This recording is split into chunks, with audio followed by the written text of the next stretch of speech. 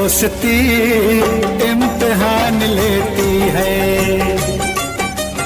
दोस्तों की जान लेती है। तो गाना आपने सुन लिया होगा। अब चलिए आगे बढ़ते हैं। हमने आपको गाना इसलिए सुनाया है कि वाकई में इस लोकसभा चुनाव में जो नतीजे आए उसके बाद खोल करके सामने आया कि किस दोस्त ने किस दोस्त की जान ली और किस दोस्त की जान बचाई है। हम बात कर रहे हैं उत्तर प्रदेश के यशस्वी मुख्यमंत्री के दोस्त कुंडा के राजा भैया की, जिन्होंने वाकई में इस मर्तबा अपने खास दोस्त उत्तर प्रदेश के मुख्यमंत्री योगी आदित्यनाथ के साथ न जाकर अपने पुराने दोस्त समाजवादी पार्टी के राष्ट्रीय अध्यक्ष अखिलेश यादव से दोस्ती निभाई है। अखिलेश यादव और राजा भैया की दोस्ती जग जाहिर है, लेकिन जब उनकी सरकार नहीं रही तो राजा भैया ने उत्तर प्रदेश के योगी आदित्यनाथ को अपना दोस्त बना लिया।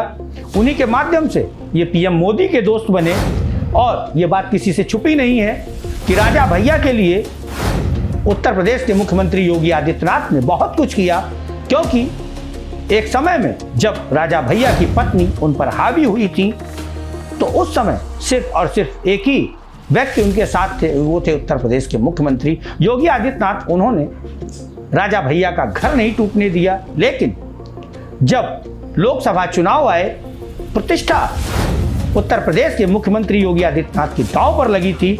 ऐसे में समाजवादी पार्टी के राष्ट्रीय अध्यक्ष अखिलेश यादव से अपनी उस दोस्ती का सिला निभाने के लिए उन्होंने अंदर ही अंदर मोदी सरकार और योगी सरकार को खोखला किया और खुल करके तो नहीं बोले, लेकिन उनकी बेरुखी ने मोदी सरकार को 3 से 6 सीटों का नुकसान पहुंचाया। 3 सीटें तो स्पष्ट रूप से जग जाहिर हैं, जिसमें इलाहाबाद की सीट, कौशाम्बी की सीट और प्रतापगढ़ की सीट शामिल है। इन सीटों पर अगर चाहते तो राजा भैया भाजपा का सपोर्ट करते, यानी कि अपने दोस्त योगी का सपोर्ट करते, लेकिन उनकी नाराजगी कहें या उनके अंदर जागा हुआ दोस्ती का प्रेम कहें कि जो समाजवादी पार्टी के राष्ट्रीय अध्यक्ष अखिलेश यादव ने जियाउल हक हत्याकांड, जो डीएसपी थे, उनके हत्याकांड में राजा भैया को बचाया था, सभी जानते हैं। और उसका उन्होंने कहीं ना कहीं दोस्ती का फर्ज निभाते हुए इस बार राजा भैया चुपचाप रहे और अपनी मूक सहमति उन्होंने समाजवादी पार्टी के लिए दे रखी थी, जिस कारण सीधे सीधे 3 सीटों पर उत्तर प्रदेश के मुख्यमंत्री योगी आदित्यनाथ को नुकसान हुआ।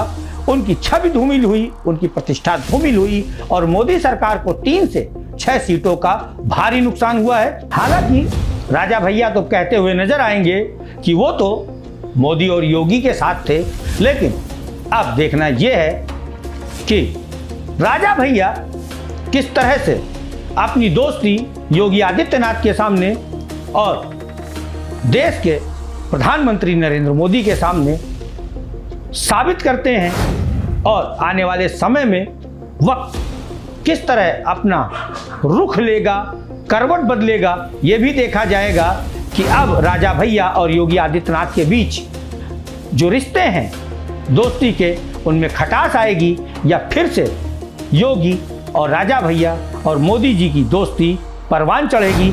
ये इस समय का इंतजार रहेगा। लेकिन फिलहाल अभी तो प्रधानमंत्री जूझ रहे हैं अलायंस से। हर एक कोई सूत्रों के हवाले से रोजाना खबर निकल करके सामने आ रही है। कोई ये विभाग मांग रहा है, कोई ये मंत्रालय मांग रहा है, कोई कुछ मांग रहा है, कोई कुछ मांग रहा है, क्योंकि इस मर्तबा जनादेश पूर्ण रूप से बीजेपी को नहीं मिला है। जनता ने ऐसी जगह ला करके उन्हें पटक दिया है जहां से अब उन्हें एहसास हो रहा है कि हमने कौन सी ऐसी गलतियां की थी जिस कारण आज हम उन लोगों की बातें सुन रहे हैं जिनकी हमें बातें नहीं सुननी थी। स्पष्ट हो गया है कि जनता धर्म जाति के नाम पे कतई इस समय वोट करने के मूड में नहीं है।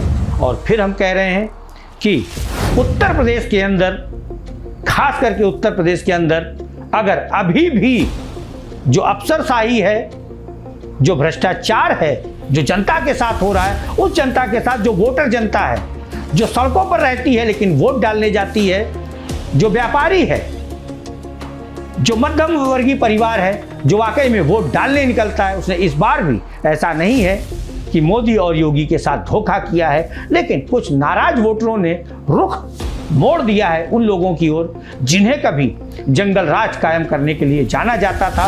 बहन बेटियों की इज्जत सलामत नहीं रहती थी उनके कार्यकाल में, इसलिए भी जाना जाता था। लेकिन जो लोग रक्षक थे, जो ये जाने जाते थे, जिनके लिए जाना जाता था कि अगर बहन बेटियां उनकी सड़क पर निकलेंगी तो यमराज इंतजार करता है, अगर उनके साथ कोई भ्रष्टाचार करेगा तो वो सस्पेंड होगा, जेल जाएगा। लेकिन हम आपको बता दें ऐसा नहीं है।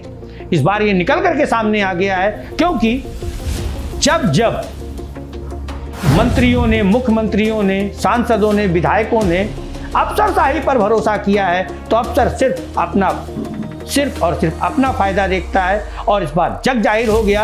हम आपको बता दें, उत्तर प्रदेश के जितने भी जनपद हैं, वहाँ के जो नगर निगम हैं, वहाँ की जो डेवलपमेंट अथॉरिटी हैं, उनमें जम करके भ्रष्टाचार हुआ है। स्मार्ट सिटी बनाने के नाम पर गरीबों को उजाड़ा गया है, माफियाओं को, भूमाफियाओं को संरक्षण दिया गया है। उत्तर प्रदेश का जन सुनवाई पोर्टल भद्दा मजाक बन करके रह गया है। आरटीई यानी कि शिक्षा का अधिकार अधिनियम, राइट टू एजुकेशन, वो भी भद्दा मजाक बन करके रह गया है।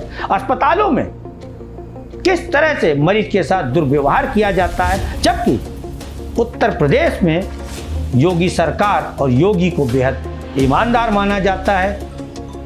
मोदी और योगी मिलकर के जनता को लाभ पहुंचाना चाहते हैं, और अगर लाभ नहीं पहुंचा होता तो 240 सीटें बीजेपी को नहीं मिलती। कहीं ना कहीं डैमेज कंट्रोल ठीक करना होगा। फिलहाल इस खबर में इतना ही। नमस्कार।